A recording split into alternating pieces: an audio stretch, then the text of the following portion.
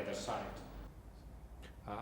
My perception is that Mullah Omar and bin Laden, they both are somewhere in Pakistan. Al-Qaida and former Taliban leaders. They are mainly in the other side of our border, in the areas northwestern frontiers of Pakistan. Are the issues which we will be discussing. Security incidents as such will not, of course, it shows that still there are activities by al-Qaida in the Taliban, terrorist actions. It is not the sign of returning back to the old days. It is not by any standard, because the situation has changed. That situation has already come to an end, where major part of this country was ruled by al-Qaida and Taliban, and they were free to operate inside this country and free to operate outside this country, where their networks, global networks. That situation has already come to an end.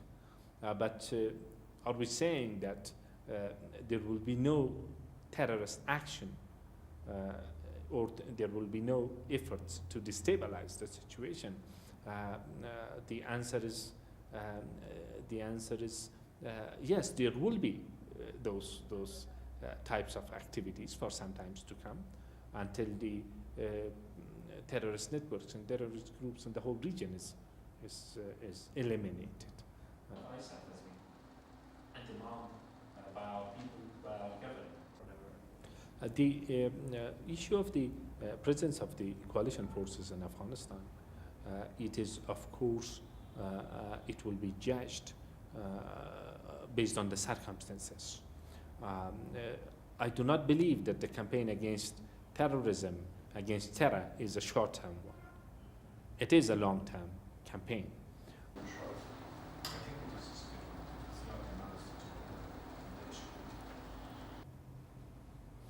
There has been an allegation about it, and the government has a responsibility to look into it, and to look into it thoroughly and very serious, to take this issue very seriously.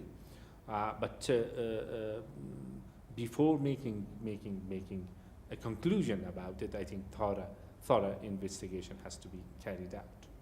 What happened to those that we still consider to be dangerous? Afghanistan is not the type of a country which will rely on foreign assistances forever. It has got great potentials for standing on its own feet. What we need is, in a short period of time, a focus by the international community in major efforts in helping Afghans to change their lives. As far as I understand, that decision was made. How many Pakistanis are in prisons here?